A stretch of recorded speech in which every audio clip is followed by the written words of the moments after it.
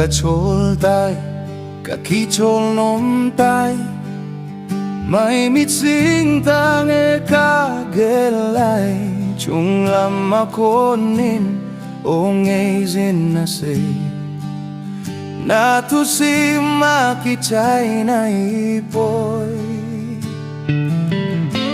Chuin katovin, may lam kavin, kanong lam dalan kakalsong tay, leng Jesu Kristan ilhon pisingnay, kay chol taponge kahinlay sen. Chon se kahin inlel kahiye, ko'y malong se chang ding lomlo, inlao ginge inasay kitay, chon set ngay dam chang sanay. Chuin katovin, may lam kavin, kanong lam dalan kakalsong tay, leng Jesu Kristan ilhon pisingnay, kay chol taponge kahinlay sen.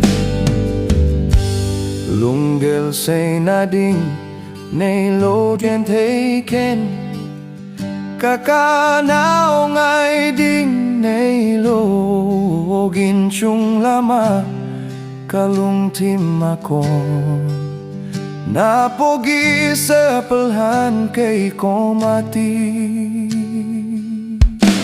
Chuin katovin, may lam kavin, kanong lam dalan kakalsong tay, leng Jesu Kristan ilhon pisingnay, kay chol taponge kahinlay sen.